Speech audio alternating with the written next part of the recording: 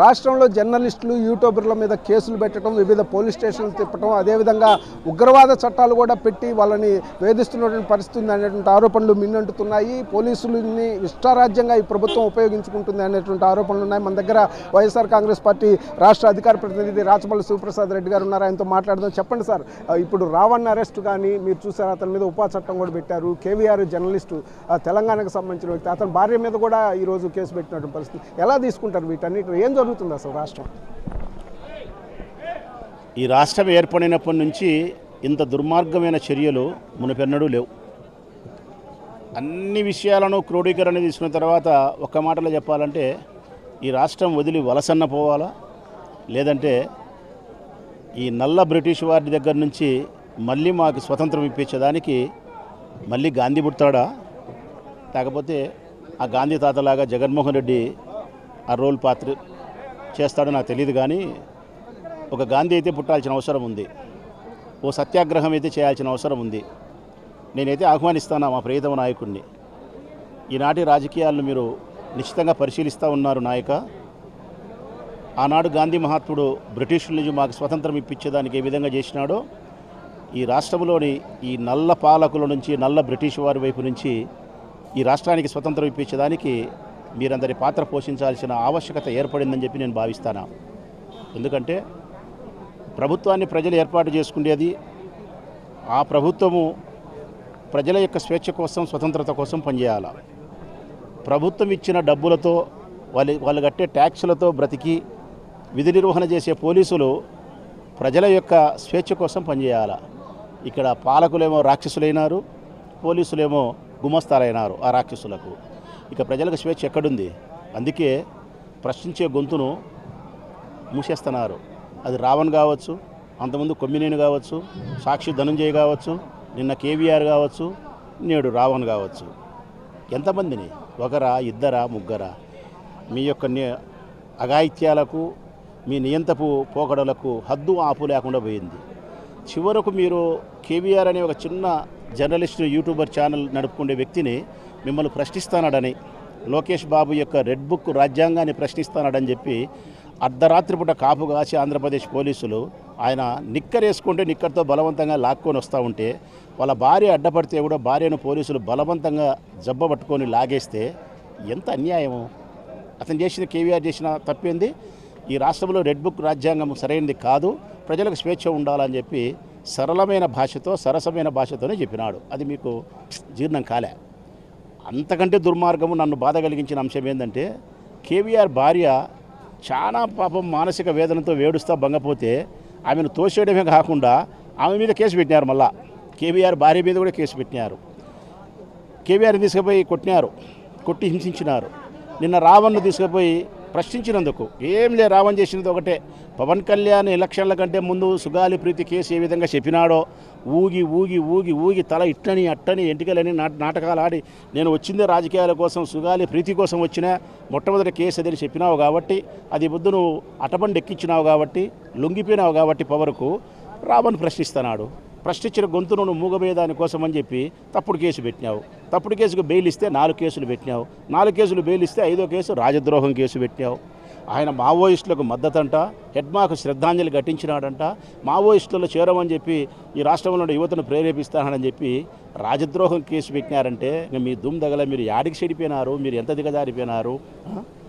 లాస్ట్కి పరిస్థితి యాడికి వచ్చిందంటే మీ పరిస్థితి మొన్నటి వరకు నేను అనుకునేవాడిని మీతో వైఎస్ఆర్ కాంగ్రెస్ పార్టీ మాత్రమే కొట్లాడుతుంది, మిమ్మల్ని ప్రశ్నించే గొంతు ప్రజల తరపున వైఎస్ఆర్ కాంగ్రెస్ పార్టీ అని అనుకున్నా. జనరల్గా రాజకీయాలలో ఎప్పుడు కూడా ప్రతిపక్ష పార్టీకి సంబంధించిన పార్టీలు మాత్రమే ప్రభుత్వాన్ని ప్రశ్నిస్తూ ఉంటాయి. ఇది ఆనవాయితీ. మీ దురదృష్టం ఏందో మా దురదృష్టం ఏందో తెలియదు. కానీ నేటి కూటమి పాలనకు మాత్రం తెలుగుదేశం పార్టీ ప్రభుత్వానికి మాత్రం ప్రతిపక్ష పార్టీ చిన్నదైపోయింది. ప్రజల ముందర ప్రశ్నించే గొంతులు మాకంటే ప్రజలు ఎక్కువైనాయి, ప్రశ్నించే గొంతులు ప్రజల కంటే మాకంటే జర్నలిస్టులు ఎక్కువైనాయి, ప్రశ్నించే గొంతులు యూట్యూబర్ ఛానల్స్ అయినాయి, ప్రశ్నించే గొంతులు సామాన్యులైనాయి. ఒక ప్రజ ఏమో వ్యవసాయాన్ని గురించి అడుగుతున్నాడు, ఒక ప్రజ ఏమో 1500 ఆడపిల్లల గురించి అడుగుతున్నాడు, ఒక ప్రజ ఏమో నిరుద్యోగ భృతి 3000 అడుగుతున్నాడు, ఒక ప్రజ ఏమో మానభంగాల గురించి అడుగుతున్నాడు, ఒక ప్రజనేమో బంగాక్ గురించి అడుగుతున్నాడు, ఒక ప్రజ ఏమో మందు విచ్చలవిడిగా అమ్ముతారయ్యా అని అడుగుతున్నాడు, ఒక ప్రజ ఏమో ఫీజు రీంబర్స్మెంట్ నా పిల్లలు అంటున్నాడు, ఒక ప్రజ ఆరోగ్యశ్రీ లేక నేను కాటికి పోవాల్సిన పరిస్థితి అంటున్నాడు, ఒక ప్రజ ఏమో రావణ్ వాళ్ళ భార్య ప్రశ్నిస్తోంది, మరొక వైపు కేవీఆర్ భార్య. ఇట్లా రాష్ట్ర వ్యాప్తంగా వైఎస్ఆర్ కాంగ్రెస్ పార్టీ అయిన ప్రతిపక్ష పార్టీ సభ్యుల కంటే ప్రజలే మిమ్మల్ని ఎక్కువ ప్రశ్నించే దుస్థితి, జర్నలిస్టులే మిమ్మల్ని ఎక్కువ ప్రశ్నించే దుస్థితికి వచ్చినారంటే మీ ఇప్పుడు వీళ్ళు ఇచ్చినటువంటి హామీ, పవన్ కళ్యాణ్ గారు సుగాలి ప్రీతి కుటుంబానికి ఇచ్చినటువంటి హామీ నెరవేర్చలేదు, మోసం చేశాడని చెప్పి ఆమె కూడా ఈరోజు పోలీస్ స్టేషన్లో ఫిర్యాదు చేసి పరిస్థితి ఉంది. దీన్ని ఎట్లా తీసుకుంటారు?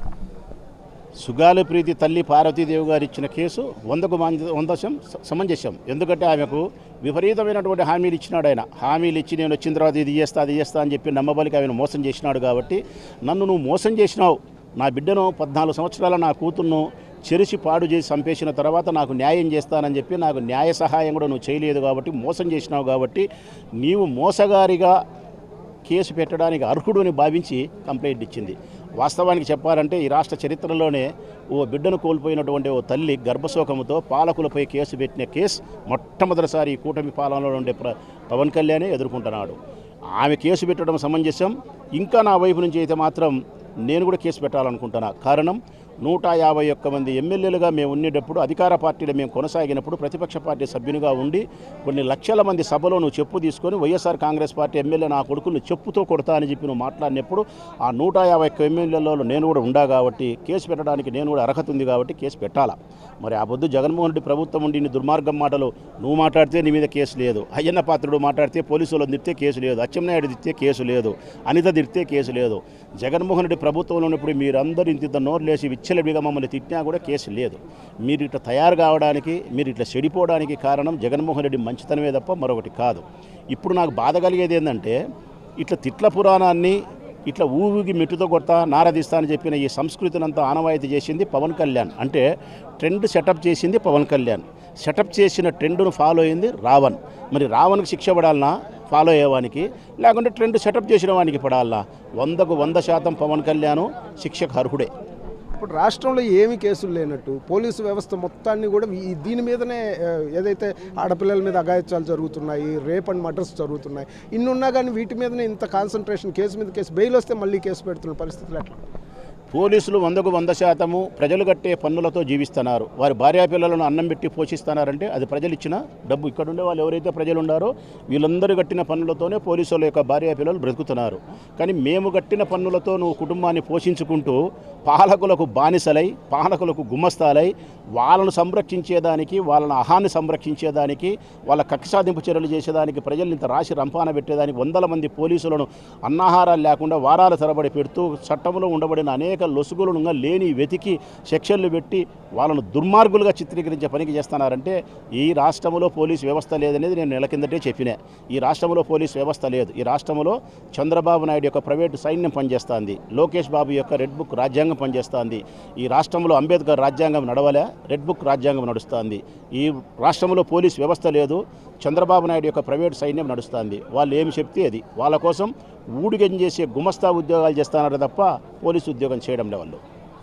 ఇది పరిస్థితి. మొత్తం మీద అయితే అక్రమంగా జర్నలిస్టులు, యూట్యూబర్లని, అదేవిధంగా సుగాలి ప్రీతికి సంబంధించిన వాళ్ళ కుటుంబాన్ని కూడా వేధించడం పరిస్థితి ఉంది.